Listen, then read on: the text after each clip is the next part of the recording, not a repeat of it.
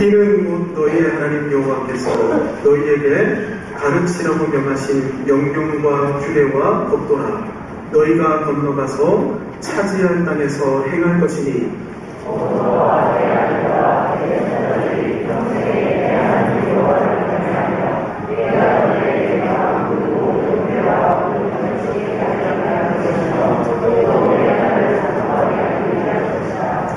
이스라엘아, 듣고 삼가 그것을 행하라. 그리하면 내가 복을 받고 내 조상들의 하나님 여호와께서 내게 허락하신 같이 젖과 꿀이 흐르는 땅에서 내가 크게 번성하리라.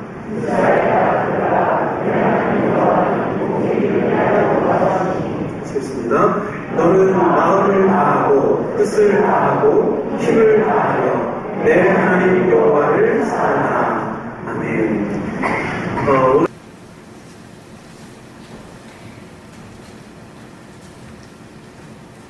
특별히 신학교 주일로 저희들이 섬길 수 있도록 맡겨주시고 이렇게 부족한 일을 이렇게 말씀을 나눌 수 있도록 저희들 주신 목사님과 함께 감사를 드립니다. 오늘 신명기 짧은 시간인데요, 전달해주는 목사님 적어도 30분 정도만 하라고 하셨기 때문에 30분 정도만 하려고 합니다. 30분은 넘기지 않으려고 하는데 열심히 들으시면 50분까지도 갈 수가 있으니까 알아서 잘 들어주겠습니다. 기도 한번 드리죠. 하나님 감사합니다. 저녁 시간에 저희들 다시 불러 모아주옵시고 주의 성도들이 하나님의 말씀을 묵상할 수 있도록 시간을 주시니 감사합니다. 이 시간 성령께서 저희 마음 가운데 임재하여 주시고 말씀을 들을 수 있는 길을 허락해 주시어서 말씀 가운데 은혜를 더하여 주옵소서. 집회를 인도하시는 김동민 목사님 주께서 강건하게 붙들어 주옵시며 성령의 두루마리를 입혀 주시어서 시간 말씀을 전하는 모든 과정들과 시간 가운데 함께하여 주옵소서.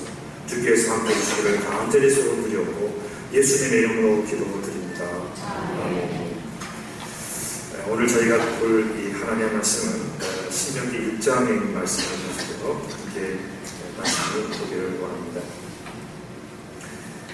오늘 이 본문의 말씀 속에 하나님과 우리의 관계를 어떻게 연결해 가야 될 것인가, 여기에 초점이 있는 것이 본문의 내용들입니다. 여러분, 성경은 어떤 책입니까? 성경은 우리에게 복을 주는 책입니다. 성경은 우리에게 복을 말하고 있습니다. 성경은 이처럼 복을 말하는 책입니다. 그런데 실제로 성경을 딱 보면 앞 2장을 제외한 창세기 3장을 들어가게 되면 여기서부터 특별한 다른 내용들이 나오게 됩니다. 그것은 죄의 문제가 들어오는 것을 보게 됩니다. 죄의 문제는 어디서 보게 되는 것일까요? 실제로 우리가 저희들의 삶 가운데에 테네시 윌리엄스가 말하는 욕망이라는 이름의 전체에서 말하는 것처럼 인간은 계속해서 욕망을 품고 살아가는, 욕망을 해소하기 위해서 욕망의 불을 녹여가고 있는, 꺼트려가고 있는 그런 존재라고 볼 수가 있습니다. 이 욕망의 에너지는 마음에서부터 나오게 됩니다. 오늘도 저 밖에 많은 사람들이 자신의 삶을 주체하지 못해서 움직이지 못하는 그 모든 일들은 마음에서 출발이 되어집니다. 결국에는 우리 내면 속에 들어와 있는 그 에너지라고 하는 힘, 이 욕망을 어떻게 다룰 것인가가 사실은 중요한 것이죠. 여러분, 성경은 죽고 난 이후의 삶에 대해서 많이 얘기하는 책이 아니고요. 실제로 성경은 우리가 살아가고 있는 삶의 실존에 집중하고 있습니다. 이것이 굉장히 중요한 것입니다. 오늘 우리가 어떻게 살아갈 것인가에 포커스가 있어요. 사실 제가 이제 구약을 연구하면서 선지서를 전공을 하고 있습니다. 저는 전공이 예레미야서라는 성경을 전공하고 있습니다. 그런데 이 예레미야서는 선지서에 속하는 거예요. 여러분, 이것은 예언서라고 표현합니다. 자, 우리는 통상 예언 그러면 뭔가 일어나지 않은 일들에 대한 미래에 대한 얘기를 많이 하는 것을 예언이라고 생각할 수가 있습니다.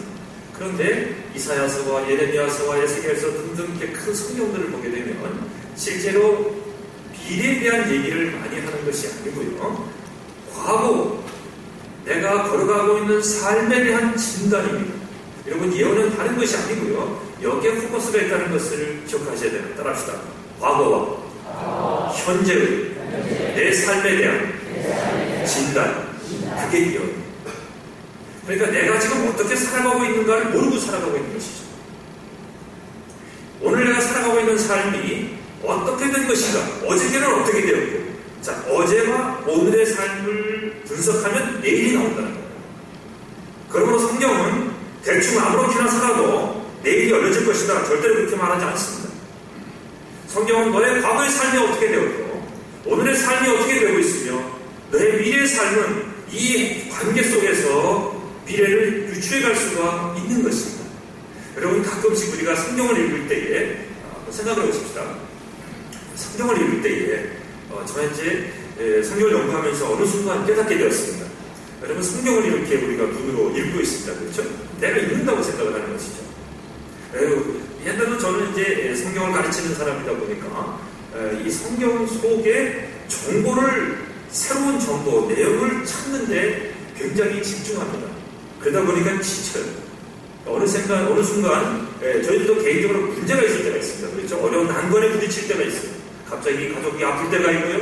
그러니까 누가 세상을 떠날 때도 있습니다.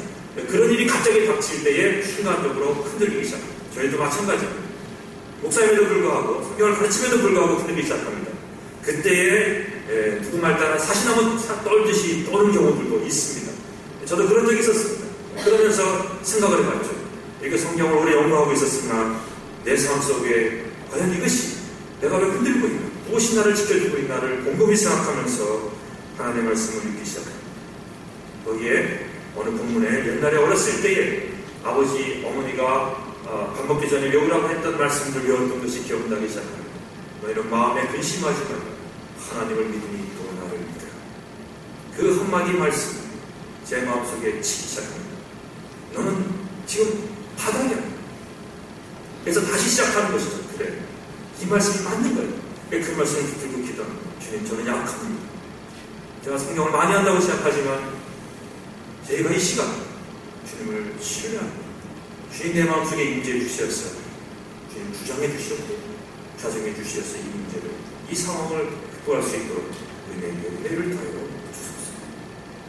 이렇게 조용히 무릎 꿇을 때에 하나님께서 우리의 내면 가운데에 힘을 더하시는 것을 깨닫게 됩니다.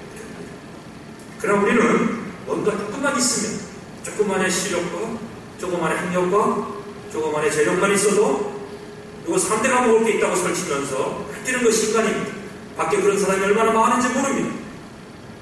여러분, 그러나 인생의 길은 거기에 있지 않다는 것이 오늘 성경이 저희들에게 말하고 있는 중요한 것입니다. 자, 어느 사람들은 행복한 삶을 살기를 원합니다. 여러분, 행복한 삶을 살기 위해서 우리가 해야 될 것이 무엇일까요? 우리는 이 문제를 풀기 위해서 시편을 한번 보게 됩니다. 여러분, 시편 1편 1절을 한번 외운 대로 한번 가보겠습니다. 시편 1편 1절입니다. 시작. 복 있는 사람은 악인의 꾀를 쫓지 아니하며 죄인의 길에 서지 아니하며 오만한 자의 자리에 앉지 아니하고, 거기까지 가겠습니다. 더 하면 좀 곤란할 것 같은데요. 안 하세요. 다시 한번 성경을 한번 펴보겠습니다. 성경을 펴서 시편을 이게 도대체 어떤 책인가를 한번 처음으로 한번 보겠습니다. 우리가 잘 아는 책이라고, 아는 내용이라고 생각을 했는데요. 시편 1편이 굉장히 어려운 거예요. 시편 1편은 시편 전체의 서문이 됩니다. 자, 다시 한번 본문을 보겠습니다. 시작.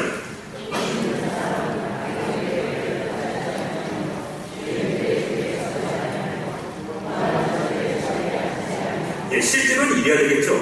복 있는 사람은 오직 여호와의 율법을 즐거워하여 그 율법을 주야로 묵상하는 자다. 이래야 맞죠.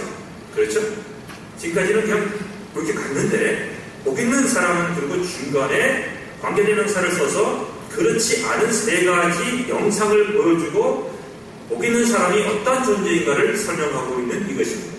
여러분, 복 있는 사람은 무엇이 존재가 많은 것이 아니고요, 이렇게 살아가는 삶의 모습을 복 있는 사람으로 설명하고 있다는 것입니다.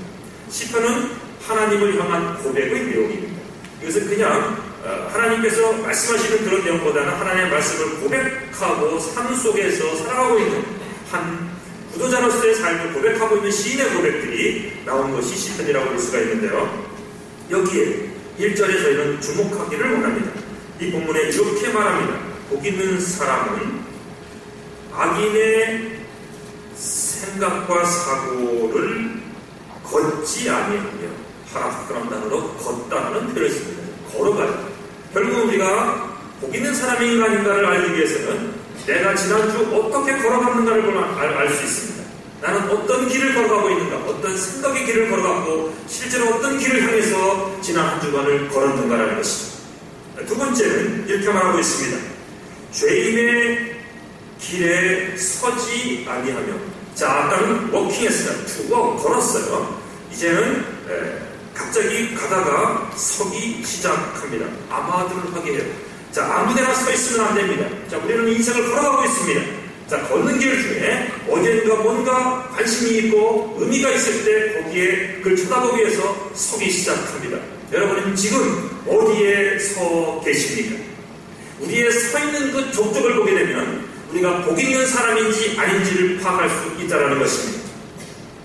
내 삶과 걸음과는 아무 관계없이 하나님을 향해서 복을 내라고 외친다고 해서 복을 주는 것이 복이 있는 것이 아니라고 본문을 말씀하고 있죠.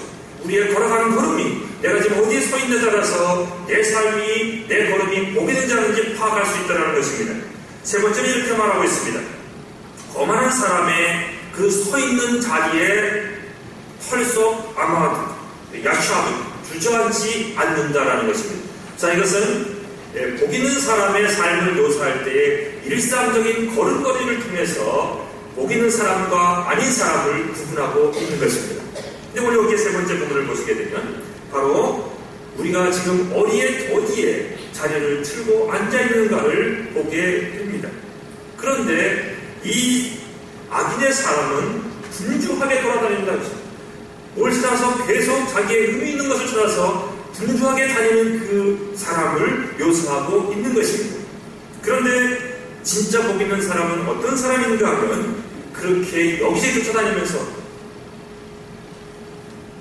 서고 앉고 또 다른 길을 찾고 이렇게 하는 것이 아니라 그는 여호와의 토라를 묵상하는 자라고 설명하고 있습니다. 이것이 복 있는 사람의 기초라고 오늘 이 본문을 말씀하고 있죠. 자, 그러면 다시 우리 원래 본문이었던 신명기 6장으로 다시 돌아오기를 원합니다. 신명기 6장에는 이 신명기서 자체는 오늘이라는 표현을 많이 쓰고 있습니다.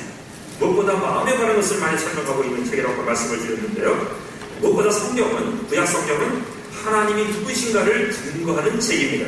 그런데 오늘 신명기에는 이 신명기서는 실제로 우리가 이제 가르칠 때에 이 부분의 내용이 어떤 장르로 구성되어 있는가를 얘기를 할 때요. 신명기는 설교라고 설명합니다. 신명기는 설교입니다. 이것은 그가 죽기 전에 사역을 마무리하기 전에 말이죠. 아직 이스라엘 백성들이 가나안으로 들어가기 직전입니다. 그때에 이스라엘 백성들을 향해서 설교했던 세 편의 설교를 기록해 놓은 것이 신명기서입니다. 그 중에 두 번째 설교에 속하는 부분에 6장이 들어가 있죠. 이 6장 특별로는 4절과 5절에 초점을 맞춰서 한번 보려고 합니다. 6장 4절을 한번 같이 읽겠습니다. 본문 6장 4절입니다. 시작. 이스라엘아 들으라 우리 하나님 여호와는 오직 하나님 여호와시니. 이 본문이 좀 본문 자체가 좀 이상하죠. 글이 좀 이상하지 않습니까? 그렇죠?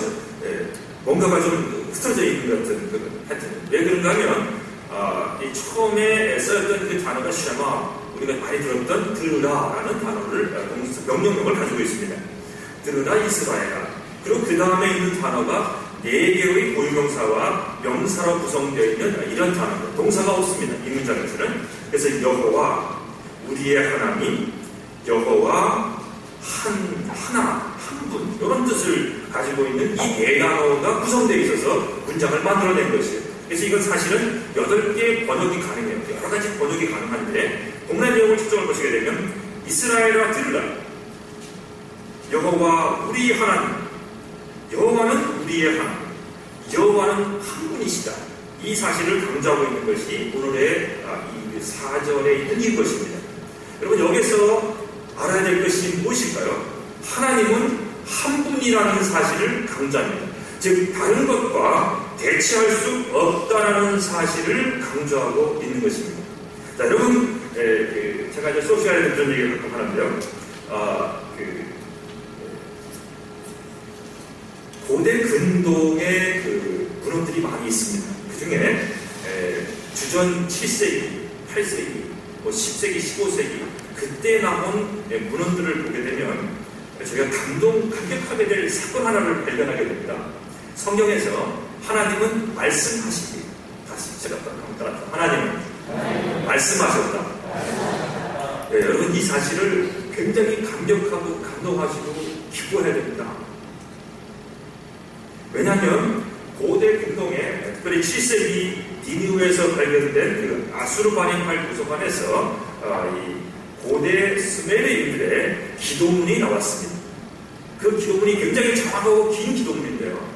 첫 시작이 어떻게 되어 있냐면 나의 신이 무엇 때문에 모여하고 있는지를 알 수만 있다니 이렇게 시작됩니다. 자, 고대 근동의 모든 신들은 말을 하지 않습니다. 그래서 무엇을 해야 할지를 가르쳐주지를 않는 것이죠. 거기에 세 가지가 나타나 있는데요. 하나는 현재 신들이 나에 대해서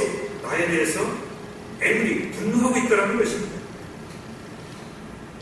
그리고 그의 잘못은 바로 이 신을 노엽게 한 것에 있다는 것입니다. 근데 문제는 무엇인가 하면 어떻게 신의 노여움을 달래줄지를 모른다는 것이에요. 이거를 그 긴 기도문을 통해서 장황하게 말하는 이런 내용들이 많이 들어있습니다. 그런데 우리의 창조주 하나님은 이렇게 말씀하시지 않으시고 우리에게 직접 어떻게 살아가야 할 것인가를 말씀하는 분이셨습니다. 따라서 우리는 하나님께서 우리에게 말씀하고 계시다라는 사실에 감동하고 감격하고 감사하는 우리의 삶이 되어야 할 것입니다. 하나님은 말씀하시는 분이십니다. 하나님은 어떻게 우리가 살아가야 될 것인가를 말씀하십니다. 크리스찬은 무엇인가 계산을 해가지고 좋아서 걷는 것이 아니고 그냥 말씀하시는 대로 가야 됩니다. 성경에 여러 형태의 말하는 스피치가 있습니다. 어떤 경우에는 하나님께서 세상을 창조하셨다라는 이러한 그 단순 문장으로 되어 있는 방송문이 있죠.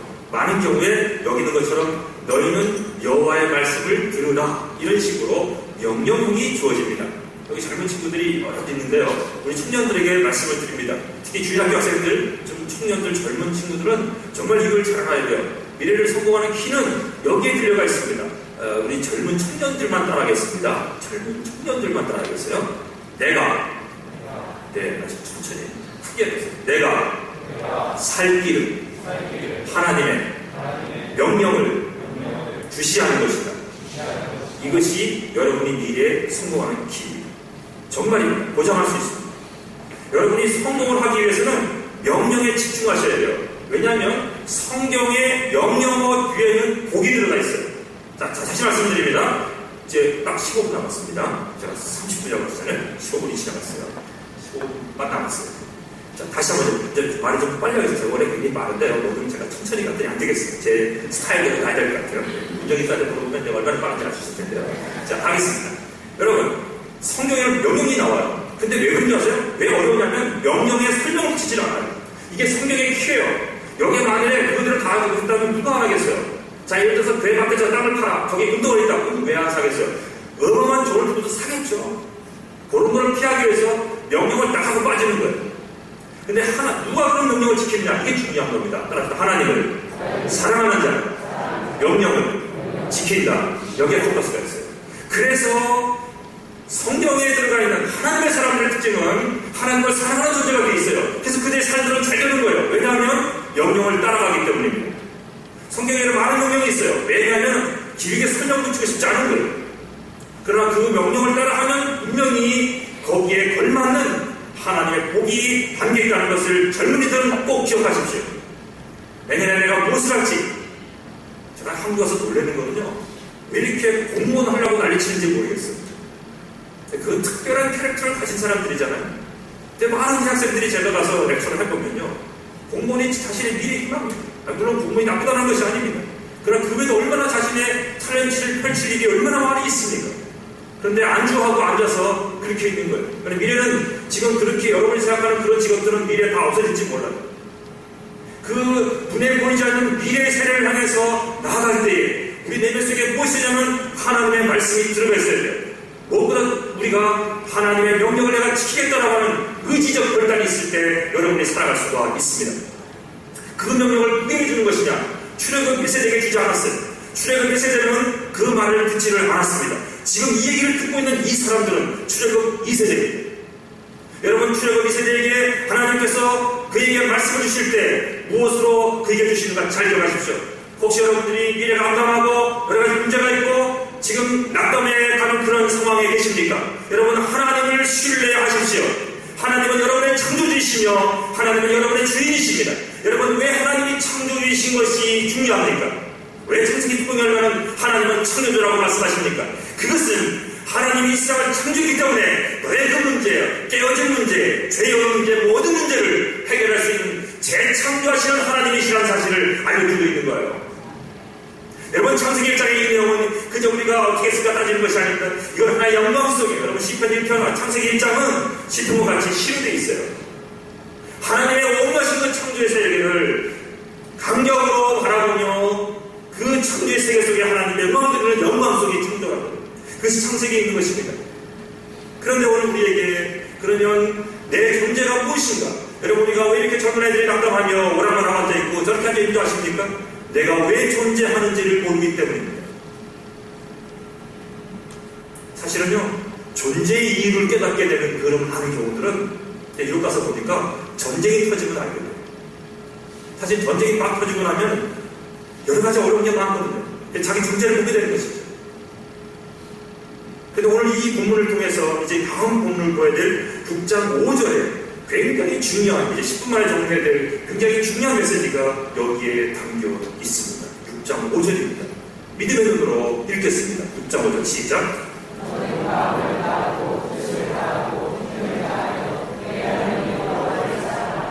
네, 여기에 초점이 있습니다.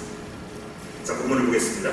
오늘 이 본문은 지금까지 자기 자신의 유익을 위해서 살아가던 사람,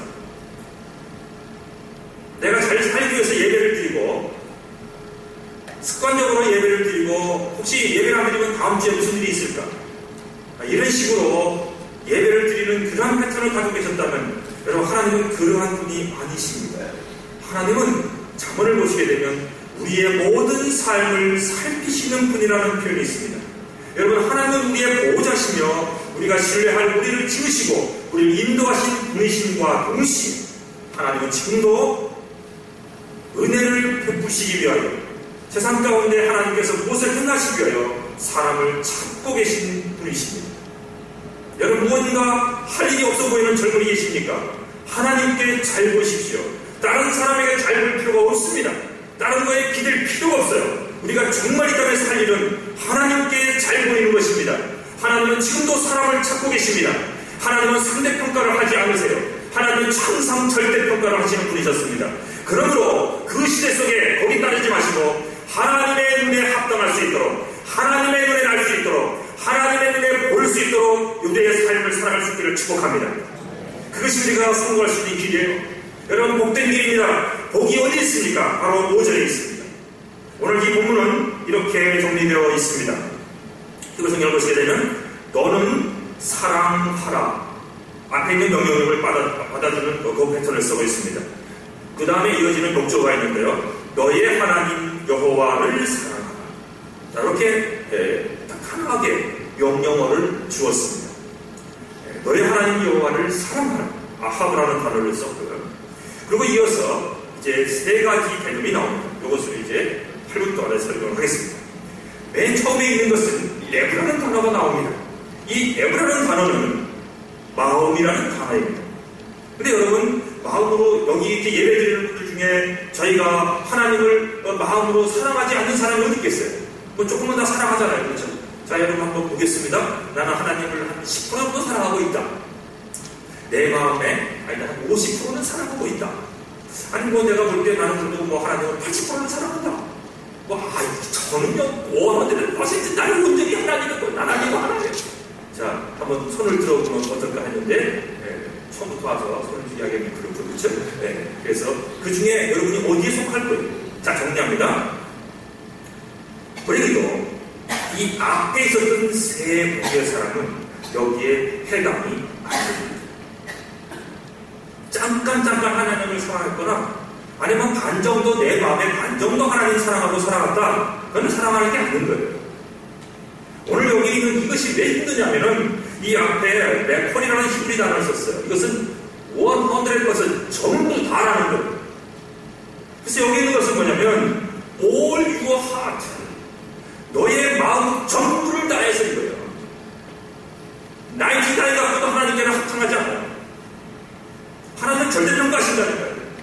왜 인생에서 헤매고, 왜 사고면서 두렵고, 왜 계속 낭만하며 뭔가 되면 또 다른 욕망 때문에 허덕이고 있습니까? 그것은 하나님을 마음으로 100% 사랑하지 않기 때문에 하나님이 주신 모든 것들과 흐트러집니다. 이것을 깨닫는 것이 굉장히 중요한 것이죠. 우리 겨울곳은 신장교단 이제 한국교회를 정말로 세울 이제 앞으로 이제 혼돈스러운 시대에 정말 올곧은 한국교회의 교회를 세워갈 우리 신장교단 교회입니다. 그 무엇보다 자랑스러운 교단입니다.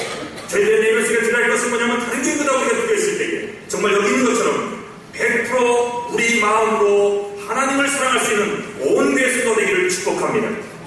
이것을 위해서 수백 기도에 나가고 이것을 위해서 힘을 다해야 됩니다. 여러분 정리하겠습니다. 하나님을 사랑하는 수단이 아닙니다. 혹시 여러분 마음속에 여기 뱃속에 뭐 위장에 후두에 어디 췌장에 잡이 있으십니까? 여러분 그런 걸 납기하기 위해서 있을 수 있는 것이 아니에요. 그것이 있는 것과는 아무 관계가 없어요. 여러분 우리의 존재의 이유가 어디에 있다 하십니까? 바로 이 6장 5절의 신년 것은 신명기를 통하여 하나님께서 우리에게 선포하고 있는 것은 네가 존재하는 근본적인 이유는 나를 사랑함에 있다고 말하고 있는 것입니다. 여러분 우리가 이 세상을 살아가는 목적이 있습니다. 밥 먹고 직업을 가지고 우리가 살아가는 그것의 모든 것의 목적은 하나님을 사랑함에 있습니다. 이것이 성경이 보여주는 증거예요. 그러므로 오늘부터 우리가 기도하며 예배하며 직장을 가지고 행동하고 살아가는 그 모든 일들의 최종적인 목적은 그 존재하는 목적은 하나님을 사랑함에 있다는 사실을 말씀하고 있는 거예요. 제일 먼저 우리의 마음 전부를 다해서 하나님을 사랑하는 그가 되어야 된다고 모세는 그의 백성들에게 말씀하고 있습니다. 두 번째는 네펫이라는 단어가 나옵니다. 이것을 옛날 성경을 보시게 되면 여기에 성품이라고 번역을 했는데요. 이 내용은 전 인격적 존재를 말하는 것입니다. 네펫이는 인격적 존재 자체를 말하는 것이에요. 그래서 두 번째 있는 것도 마찬가지로 맥콜을 썼어요. 자, 그럼 어떻게 되는 거예요? 너의 온 인격을 다하여, 너의 존재를 다하여 여호와를 사랑하라. 첫 번째는 이 생각의 좌소인 마음이 온전히 하나님과 합일되어서 하나님을 사랑에 집중해야 된다는 말씀하고 있고요. 두 번째 내용은 우리의 전인격적 존재가 생각하며 살아가고 있는 그 전 존재가 하나님을 사랑해야 된다고 말씀하고 있는 것입니다. 세 번째는 거기서 끝나지 않고요. 그 다음에 메오드라는 단어가 나옵니다. 이 단어는 하나님이 주신 그 모든 리소스라고 영어로 표현했는데요. 하나님이 우리에게 주신 모든 것입니다. 여러분이 밥 먹으면 힘이 돋는 것도 있죠. 기억력이 좋아요. 그뿐만이 아니에요. 여러분이 가지고 있는 모든 그 재산과 여러분이 가지고 있는 인맥과 여러분이 가지고 있는 모든 능력들, 그 모든 것을 사실은 말하고 있는 것이에요. 자, 아까 처음에는 하나님께서 말씀하신 것 처음에 뭐였어요? 마음이었어요. 두 번째는 우리의 존재였어요. 세 번째는 하나님이 주신 그 모든 것을 다하여 그 모든 것으로 너의 하나님 여호와를 사랑하라. 이렇게 말씀하고 있습니다. 여기에 더 이상 토를 붙이지를 않습니다. 이것으로 끝입니다. 여러분 이런 식으로 우리의 삶의 목표가 무엇인지를 말하고 있는 것이 6장 1절로 9절에 선언되고 있는 그 말씀입니다.